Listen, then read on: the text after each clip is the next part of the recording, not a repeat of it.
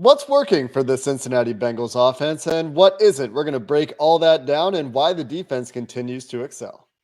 You are Locked On Bengals, your daily Cincinnati Bengals podcast, part of the Locked On Podcast Network, your team every day.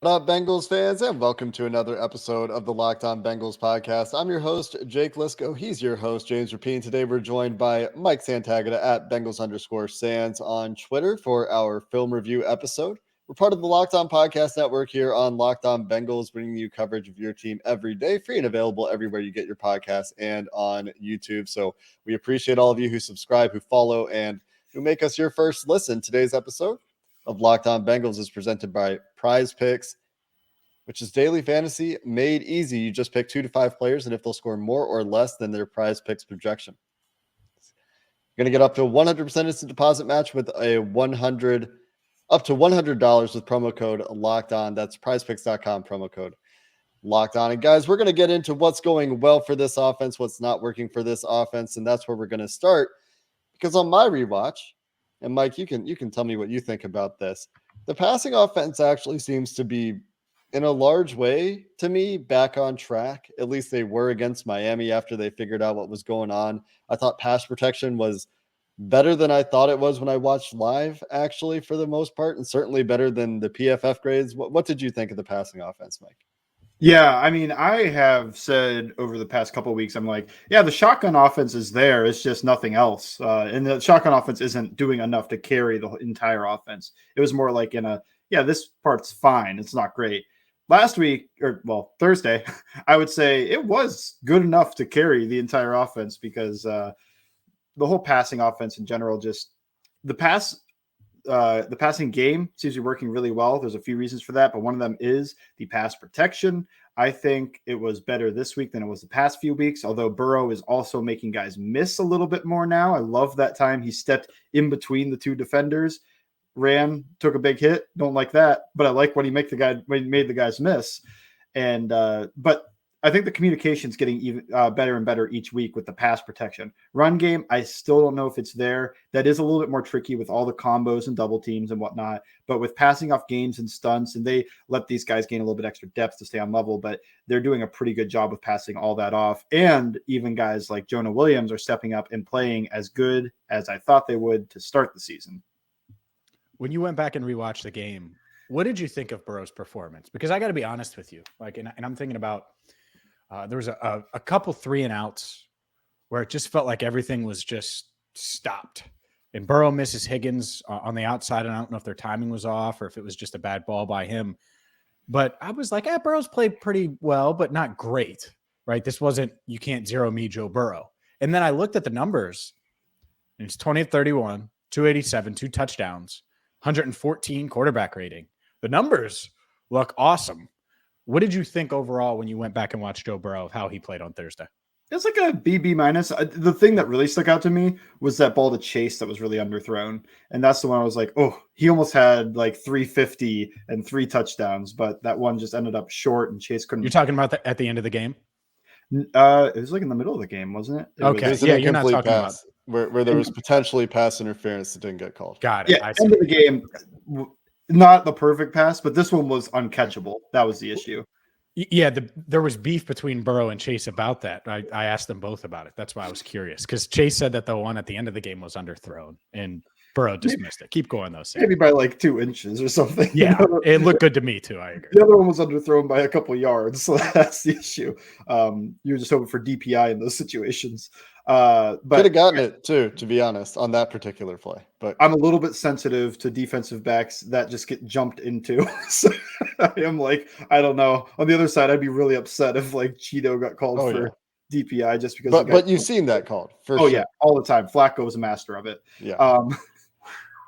So I think that Burrow overall, his pocket movement's getting better. It just feels like the rust is falling off completely. The accuracy is just not where the Joe Burrow accuracy has been in the past. I think that's what we're waiting on. But timing, everything's getting better. I think he's trusting this offensive line more, the less he's getting hit. And they didn't play perfect. They gave up hits and everything, but it wasn't. I think with Jonah playing pretty solid and they can help Collins out, it turns into like you just have to help one guy and the other guy is holding his own, and then the interior is doing okay.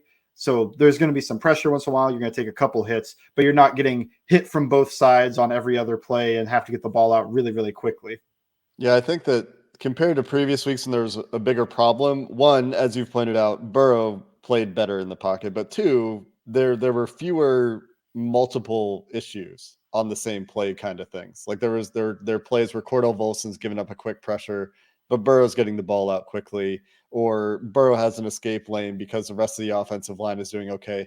And also, I think it might be a product of the matchup a little bit. Like there's no dynamic super athlete for Miami, so got a lot of like really powerful guys. Jalen Phillips gave Cordell Volson a few problems. Christian Wilkins gave everybody on that interior problems with his power, but Wilkins doesn't have the juice to finish plays. So he was like winning reps and then couldn't actually finish plays. A little bit as a pass rusher as well was something that I noticed. But generally, I did think the pass protection was better, and certainly better than the worst pass protection game of the season, according to PFF, which I did not see.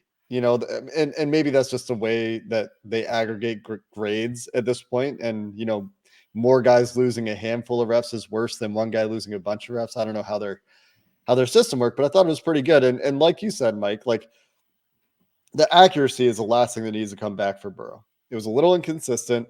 He hit a few really nice downfield throws. Tyler Boyd, T. Higgins, Jamar Chase, all getting in on that fun and all playing really well, with each of them having individually great plays. Jamar Chase smoking a backup corner on the release and forcing Joe Burrow to throw to him when he wanted to throw it to T on that play. T. Higgins stacking Xavier Howard with really good hand fighting at the top of the route, and then really good late hands from T. Higgins on that play. And then Tyler Boyd beating two guys on a bracket with a double move. That was really nice as well. But then there were some intermediate accuracy issues for Burrow, I thought. What do you think about that, Mike? Is that something that's just, you know, I think it's going to be there soon, but just a little inconsistent right now? Yeah, I mean, we could just trace it still back to he didn't practice that much in the training camp, and he's getting into the flow without playing any preseason games. So this is him getting back into rhythm. Mm-hmm. And I think it's still just I came on here a few weeks ago. It's like, yeah, it's going to take time. And things have gotten a little bit better, but it's still kind of the story of like, yeah, it's just going to take a little bit more time. But now they're 2-2, so you feel okay with the time argument rather than like they need to win now. There's no time. But now it's like, okay, there's time. It's going to come back. And by the time they're playing, maybe not next week against the Ravens, but by the time the back half of the schedule is the really rough part. So by the time they're playing that, Burrow should be deadly accurate again, I would hope. And my last thought on the Dolphins defense is just they tried the cover zero thing. They wouldn't be a cover zero team if they trusted their pass rush that much. And it was like one of the first plays, and he throws a smoke alert to T. Higgins, who makes a guy miss and runs for like 10 yards. And I think they went, oh, crap, these receivers, they can run after the catch. We might not want to do this. And it was on Xavier Howard, too. So it's like their best corner that is on the ground. And if T. Higgins doesn't slip on that play, he's running for a long way. Yeah, he would have been. And let's stick with T. Higgins real quick, because obviously it was a big day for T. Jamar doubled, Boyd doubled a lot of the game. How do you think the Bengals adjusted there? Because I think that's one of those things where if I'm the Dolphins, I wouldn't have doubled Tyler Boyd. I would have tried to take away T, especially after that deep touchdown, and they didn't. The story of the game was essentially we're going to take away those two guys and we're going to put our best guy on T. Higgins, your second best guy. And whoever wins that matchup kind of won the game, and T won the matchup. So he kind of won the game for them by winning that. That was the key matchup of the game, I think, was just we're trusting our guy one-on-one with yours. And the Bengals are like, bet. Yeah. It's kind of one of those things where if it worked, you might see other teams copy it. It didn't work. This isn't somebody figuring out, put a bunch of guys flat on the line of scrimmage to take away the Rams wide zone, and now we've solved your offense. This is not something that I would advise other teams in the NFL to do. But not everything was roses for this Bengals offense. We'll talk about some of the things that weren't working on some of those stagnant drives in the middle of the game coming up next. But first, a word from PrizePicks, because PrizePicks, well, you need to get in on the action. It's daily fantasy. So on Monday Night Football, you're going to have Matt Stafford. You're going to have Jimmy G, Deebo Samuel, and the 49ers. And, well, you pick 2 to 5 players and decide if they're going to score more or less than their PrizePicks projection. That's it. And you do that. And if you get it right, you're going to win money. We've had a bunch of listeners. I've gotten a bunch of DMs about PrizePicks and how they're winning money this football season. And you can too. Entries can be made in 60 seconds or less. It's not just NFL. It's men's college football, basketball, women's college basketball, soccer, WNBA, esports, so much more. So go there now and check them out. PrizePicks. By the way, withdrawals are safe and fast. Download the PrizePicks app or go to prizepicks.com to sign up and play daily fantasy sports. First-time users can receive a 100% instant deposit up to $100 with promo code Locked On. That's it. Download the app or go to prizepicks.com. Use promo code Locked On. You're going to get a $100 bonus. Again, use promo code Locked On at sign up for an instant deposit match up to $100. Like I said, not everything was perfect for this Bengals offense. They had a few drives. It looked like they were stuck in the mud a little bit. A lot of that to do with the running game. I wouldn't say it's only the running game. There are still, I think, some things that you could iron out in the passing game. It's not perfect, but very few teams are. But the biggest issue seems to be they just can't run the ball consistently. They even got out to a pretty good start in this one, running the ball early. And then later in the game, when Samaje Perine against the Jets in week 3 was able to come in there and just bludgeon guys to run 8 minutes off the clock to finish the game, that wasn't there this week for the Bengals. Mike, what's going wrong with the Bengals running game? Yeah, the Dolphins played a lot of bear fronts. So that means you have a head up guy over the center and 2 guys over the guards. And that really just kills a zone game. And it did for the Bengals. But then to try to get to some of their power stuff, but it just feels like they didn't think their power game was going to be, or their gap stuff was going to end up being like the focal point of the running offense. They thought they were still going to be a wide zone team. They're just finding out like we're not as good at this as we thought we might be. So it's been kind of a gradual change. I do think we've been seeing less and less of it. And this game might have even been more gap power stuff than it was zone stuff. But it's not like the gap power stuff was working super well. It just worked a little bit better than the zone. And I would say Mixon's a little bit better on the zone than he is the power. But hey, you're not doing it on zone, so you got to just roll with whatever the offensive line's working with. I thought there were a couple good plays with him on GY counter, which is the guard and tight end counter pulling around. Guard kicks out, tackle wraps around, he reads the butt of the tackle and cuts off of that. He actually made a guy miss, which is I know, surprising for Mixon this year, and goes for like 8 yards. But I think Mixon's injury is what played a little bit into it with the ankle that he's been dealing with for 3 straight weeks. Mm-hmm. And I mean, that's why he couldn't finish the Jets game. Then it's a short week and he's supposed to be fine. I'm a little bit skeptical, but I think he's just going to play through it. So I think when that gets better, and then like I've mentioned, the offensive line communication has been off more in the run game than it is the pass game. I think these are where you're seeing a lot of guys coming free because of either a missed double, or honestly, they're also missing a lot in that run game too. I think of Lyle Collins missing on that toss play, just getting smoked on the line. So it feels like there's a few reasons. And then the last one is just what I mentioned earlier, is that it feels like they haven't repped the stuff that works better as much as they've repped the zone stuff that's not working pretty much at all. Let's talk about Lyle Collins a little bit, because you just touched on Joe Mixon, and I wanted to ask you about Mixon. But Lyle Collins, we know all the hype. We know everything that went into him coming to Cincinnati, and being posted up at Kenwood Mall and the selfies and Lyle watch and everything like that. And it was an underwhelming start, but the offensive line does appear to be getting a little better and improving in weeks 3 and 4. But specifically with him, does he look any different than he did the first couple of weeks? And just what stood out on Thursday night, good, bad, ugly, with Lyle Collins? Not really. And I feel like that's my concern, is that this isn't a rust thing. This is he's playing with a nagging back injury thing. He doesn't look the same as he did in his worst games in Dallas. It's just all his weaknesses are being magnified right now. Had a nice snatch trap, though. Got a defender on his face, so there's a plus. But other than that, yeah, I feel like it's not like he's been abysmal. It's just he's been kind of bad, and you expected this guy to be really good, because even in the playoff game last year, after he was benched and came back, he did a good job in that game. One of the few Cowboys offensive linemen to do a good job. So I don't know. The hope is that like a long week, his back rests up and he comes in a little bit better.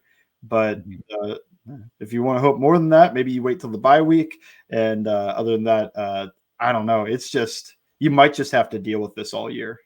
He's really moving poorly. The change of direction. Every time he's on the ground, you see him get up. It's hard for him to get up. Like he got some old man getting up off the ground when he's on the ground. And it would looks make like sense he's because it's laboring. his back. Yeah. Yeah. You know, I mean, and that's going to impact your core. But it's really like the pass sets are at times ugly when he's losing around the edge. Since week 1, you see him diving at guys just to try to buy that extra half second for his quarterback. Like it just seems like he's not playing at full capacity. And like you said, Mike, like we're seeing probably the worst stretch of play in his career, like some stuff we haven't seen from Collins as a pro.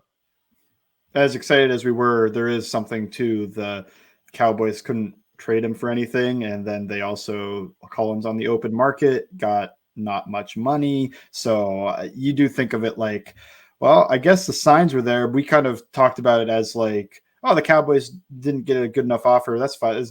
That's weird, but it's fine. They didn't want to pay that money. And then the Bengals signed him for a low contract. It's like, oh, he just really wanted to play with Frank Pollock. But now there's a little bit of thought in my head that's like, oh, maybe it wasn't just but that. He was good last year though.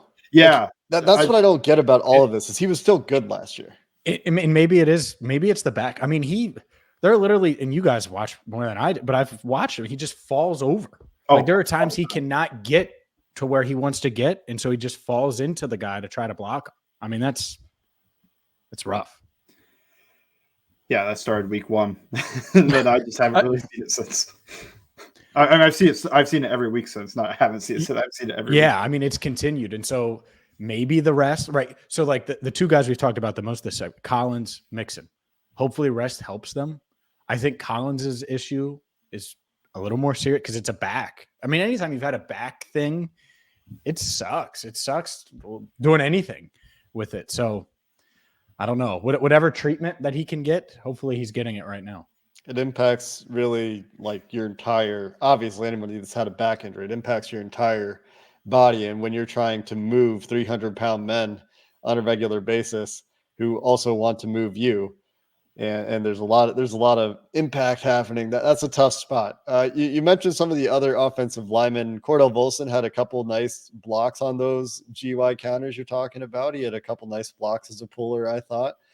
Missed a couple other times. Like I said, the speed of Jalen Phillips on some inside moves coming all the way from like 4-eye or 5-tech across the guard's face got him a couple times. But did anyone else stand out for you? You talked about Jonah Williams playing a little bit of a nicer game. Anybody else on this offensive line stand out to you I thought, in any respects? I thought Teddy Karras played real mean, which is I didn't see the first 3 weeks. He was putting guys in the ground, and that was something I didn't see as often in pass protection too. That's where he got a couple pancakes. So I wanted to shout him out because to me that was a nice game. I'm sure. I don't know if PFF agrees because of the grade that the entire offensive line got, and I don't think he got a good one. But when I watched, I was like, oh, man, he just put another guy in the ground in pass protection, gave Burrow a clean pocket. So I don't know. I really liked his performance that game. And I also think it is a little inflated because I loved seeing him do the whole fist pump at the end of the Mixon touchdown. I thought that was like the end of like an 80s movie. It's like cut to the credits. You see the video of him like running off the field and like he's like pretty excited and then just randomly just does the same thing. Like, yeah. Just like really stoked with winning. Ted Karras is easy to like. He's so easy to like, right? And it's funny. He went under the radar of the 3 additions this offseason. And lowest money, all of those things, but been a stabilizer there in the middle of the offensive line. So we'll see. If he can keep it up, he's certainly likable and he's fun to talk to in the locker room. Up next, without further ado, it's time to talk about the defense because let's be honest here. The defense balled out again, holding the Dolphins to just 1 touchdown. What went right for Lou Anarumo's crew? We'll dive into that next right here on Locked On Bengals. But we haven't talked about Built Bars for probably too long.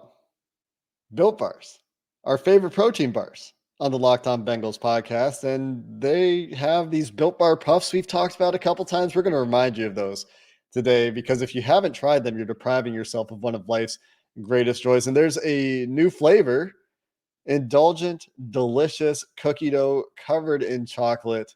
And we're talking about a protein bar. This is not a snack. Well, it could be a snack. It's just a protein infused, healthier snack than, I don't know, a Reese's cup or a Snickers bar. Real chocolate, real cookie dough chunks, low sugar, 15 grams of protein, 160 calories. 16 grams of protein, 15 grams of protein, 160 calories in what sounds like a delicious dessert treat. Built bars have tons of flavors. If that doesn't appeal to you, you can check all of that out at built.com. We've got a promo code for you. Use LOCK15. You're going to get 15% your order at built.com, whether it's a cookie dough chunk puff, my favorite, the chocolate brownie almond. So many great choices over at built.com. And again, promo code LOCK15. Got to tell you about Schultz & Sons because we're so excited to have partnered with a local jeweler that is going to give all of you the best treatment, whether you're looking for custom jewelry, whether you're looking for a specific piece that you just don't know what you're looking.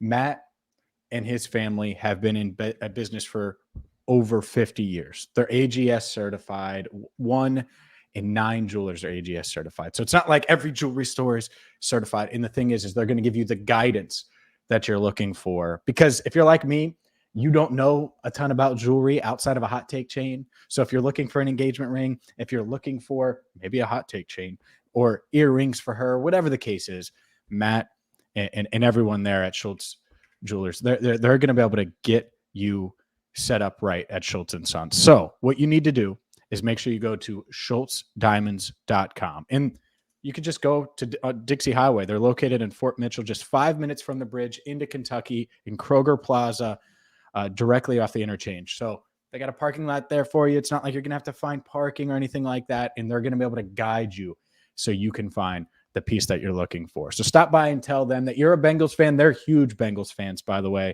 and tell them Locked On Bengals sent you. Matt Schultz and his team, it's a Cincinnati tradition. They've been in business, like I said, for more than 50 years. Check them out right now at schulzdiamonds.com. And remember, when it has to be perfect, it has to be Schultz & Sons. Let's keep going with the defense here, guys, because as you mentioned, James, the defense is a big reason this team is where it is right now. It's a big reason they had a chance to win those first 2 games of the year when the offense was having a hard time getting things going. And a few obvious great games. Von Bell with the interceptions, that stands out, and one of them an elite play, especially for Von Bell, coming from one half of the field to the other side of the field to make that pick. But Mike, you and I were talking as we were watching the defense today. Sam Hubbard playing one of the best games I've seen from him as a Bengal, just absolutely destroying, whether it's Greg Little, the matchup he had for most of the day at right tackle for the Dolphins, just outmatched, or even, Liam Eichenberg trying to pull across the formation on some running plays. Sam Hubbard was just a wrecking ball.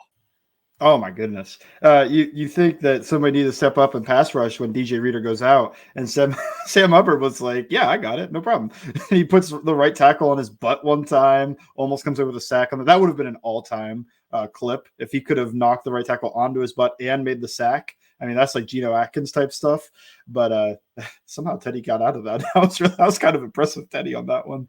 But yeah, and for the early part of the game, that is not that the blind side is the blind side anymore with all the shotgun stuff, but it is to Tua's backside, and he can see it better than we think of, but it is still like not the way he's facing, so it's harder to get out of. So getting those sacks, those are pretty good. Not sacks, but pressures. Those are pretty good. And then you continued against Teddy, but he just dominated the right tackle.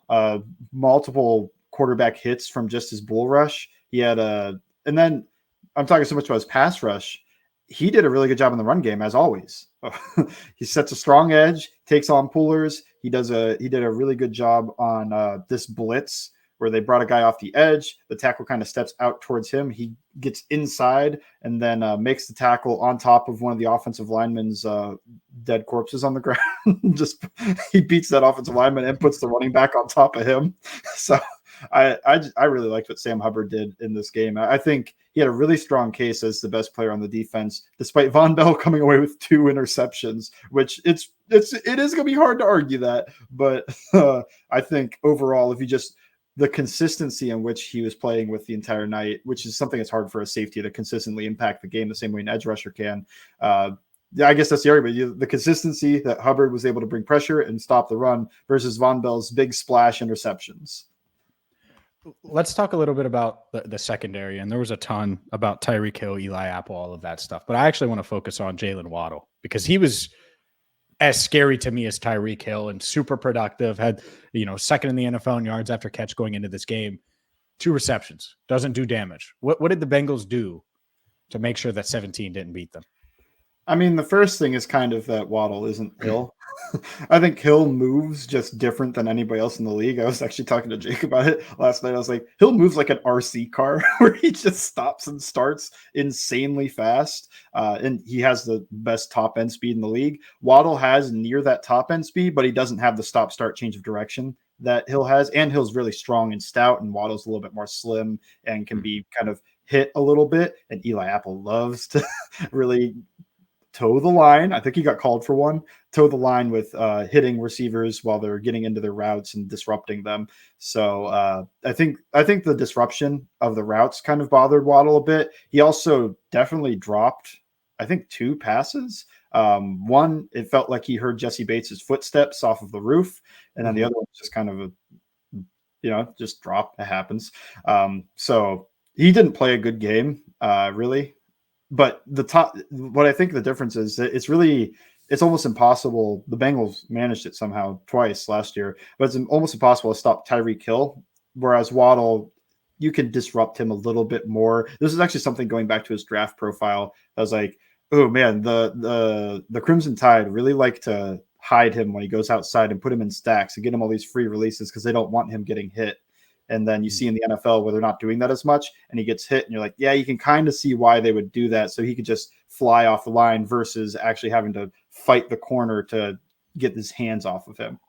And I think the Bengals actually had a pretty nice game against Tyreek Hill too, until he caught a 64-yard pass. And then he goes from like 90 yards in a, pretty solid game. Like for any receiver would take a 90-something yard game on how many catches did he have? 8 catches or something like that. 10 catches. You take that down, minus 64 yards, minus the catch. It's a good game, but it's a game that if you're playing Tyreek Hill, you probably would take if you're the Bengals defense. And stopping Waddle.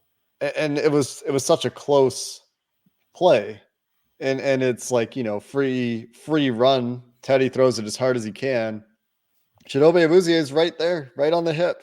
Just, you just can't really run with that guy 60 yards down the field. It gets pretty challenging at some point. Outside of that, I thought they had a pretty good general approach. Let's talk about the rest of this defensive line, though, before we get out of here, because Trey Hendrickson in the marquee matchup of the game for this defense, I thought outside of the Tyreek Hill stuff with Terron Armstead at left tackle for the Dolphins, I thought he had a pretty nice game against one of the better tackles he'll face this year. And then the absence of DJ Reader on the interior, I felt it personally. So what do you think of the rest of the defensive line, I guess, besides Hubbard in this one? Yeah, Hendrickson's matchup, I wrote about that. I was just like, look, that guy's really good. On the other side, this is a good guy. This is the Battle of the Titans. They both won theirs. I think early in the game, Armstead definitely had control over Hendrickson. I know that we're not going to get into the whole holding debate, I don't think. Just the rip move is why it's not being called. It looks like it, but he's still moving his feet. But he was able to end up towards the end of the game. I don't know if it's like a fatigue, body blows type thing. His bull rush started really working on Armstead, and that's surprising because Armstead's got a really good anchor. So being able to pound into that guy, I know he's a little bit lighter, but he's got a good anchor. He's probably the best left tackle he faces this year because I don't think they played Tunsil. I think they don't play Trent. So I have him top 3. I don't know. They don't play Bakhtiari if Bakhtiari is even playing. So, But anyway, he's able to actually pry open his shoulder on one. He's able to drive him back and make Teddy flush the pocket on another. I was really impressed with that. And they used what I talked about, some of those tech stunts to attack Eichenberg a little bit and the communication between two guys that have never really played together. So they did a good job with a good game plan. They dropped him a lot more than you'd probably like, but also it's against an elite pass rusher or pass protector. So I also kind of get it. But overall, I was impressed with Hendrickson a lot in this game. And then the interior, BJ Hill was impressive. Carter and Sample can flash. They're not consistent. Tupou, they did just kind of stick Tupou into the reader spot. And I was wondering, like, are they going to play that like 5-2-3-4 with Tupou trying to take the center, go either way on him? And they did, and it didn't work perfectly. But I think Hubbard and Hill and some guys stepped up to make that work better. And a guy we haven't talked about somehow at all, Logan Wilson, and the linebackers in general. But Logan Wilson played some really good run defense in this game. Yeah, Logan Wilson. Go ahead, James. That's where I was going to go. I wanted to hit on these linebackers because I thought Akeem Davis-Gaither, made some plays. Obviously, Logan Wilson had the huge play in a short yardage situation to get the ball back to the offense. So what did you think of the group overall? And start with Wilson because obviously he's the star of the group. Yeah, 3rd and 1. That was the biggest play to me. And he makes a tip to get that second pick, which was an awesome play from him to like diving, tip the ball into the air for Von Bell to pick off. Von Bell had a great game. I haven't talked about it in depth, but he had a great game. But Logan Wilson with the pass coverage on the tip. And then my favorite play was that 3rd and 1, and they go to run the ball. And BJ Hill does a really good job on his guy and just throws him to the ground. And I think all the defensive linemen stood up pretty well on that play. They're all strong and they hold the fort, and Wilson's free and he matches Chase Edmonds. And usually you want to tackle guys hips and lower, you think of like take out the engine type stuff. But when it's short yardage, you actually want to take them high because they're going to fall forward if you hit them low. So now you're not going to let him fall forward. So he takes him high and he just shows off the Wyoming country strength as he drives Chase Edmonds backwards into the ground for a loss of like 2 yards. And they had to punt after that because they're not going for a 4th and 3. I thought they were going for it if it was a no gain type situation. So the making him lose yards was, I think, huge in that situation. He had a great game, and the linebackers in general. What an awesome time it is to be a Bengals fan that for years everybody has been complaining they don't have any linebackers. Now they got 3 guys that I feel confident in, and then some other guys that played well last year. Yeah, they have good depth at the position, like all the way down. You feel like you've seen these guys at least flash all the way down the depth chart to be consistently good. At the top of the depth chart, Jermaine Pratt, I think, playing really solid football as well. Not that we necessarily highlighted him individually, but he's just generally been pretty good. I thought it was interesting in this game from a workload perspective. Jermaine Pratt coming back from that injury did play less, and Akeem Davis-Gaither was on the field a little bit more maybe than otherwise he would have been this week. But mostly those guys were back in their roles, which I thought was interesting. But yeah, Logan Wilson continues to be a pretty impressive player. Not perfect by any means. Most of these guys aren't perfect, but really, really strong general play at linebacker. There was one play early in the game. BJ Hill tips a pass intended for, I think, a tight end. And Logan Wilson just couldn't get his eyes on the ball floating in the air. So Logan Wilson like breaks on the tight end and the ball floats very slowly to where Logan Wilson was standing, but he's breaking on the pass, and so he wasn't there to catch it. Could have been another takeaway for the Bengals, just like Eli Apple's interception on the sideline, I think could have been an interesting challenge. I think there were a couple potential interesting ones there. Any other notes on the defense, Mike, before we get out of here? No, just this defense is great. I mean, statistically by DVOA, they're the 7th ranked defense in the league going into this week. And I got to imagine, considering what the Dolphins have done to other teams, it's going up to maybe the 5th or somewhere. So I think we just need to give the defense its credit because they took that hot run in the playoffs and they've just gotten better. And even without DJ Reader, I was a little bit skeptical of what they could do without DJ Reader. And I'm more skeptical about next week with a powerful run game without DJ Reader type things. But overall, I was impressed with the defense, and I hope that can continue because this is a really fun group to watch. A powerful run game powered by a quarterback, which DJ Reader still helps with. I did think that like the escapability from Teddy Bridgewater in this game was a problem I don't think they anticipated having to deal with. And with Lamar Jackson, that's obviously a bigger problem. So it'll be interesting to see how the Bengals tackle that particular problem. But like you said, Mike, but by DVOA, since we're talking DVOA, I think Miami's offense going into this game was second in the NFL. And the Bengals hold that unit to 15 points. And relatively speaking, I would say in check. So that'll be interesting to see what the math says. Don't always agree with DVOA's outputs, but it'll be interesting nonetheless. That's going to do it for this episode of the Locked On Bengals podcast. The passing offense getting back on track, powered by its star wide receivers. The running offense, from run blocking to Joe Mixon, has some work to do. I think the under center game in general has some work to do. We didn't even talk about Joe Mixon potentially tipping plays.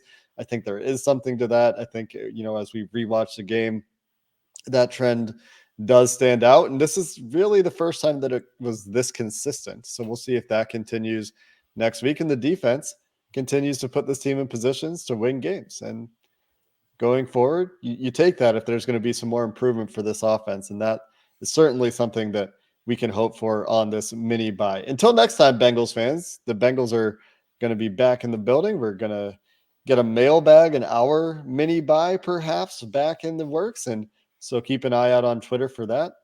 Thanks for listening to the Locked On Bengals podcast. Hoo day, and have a good one.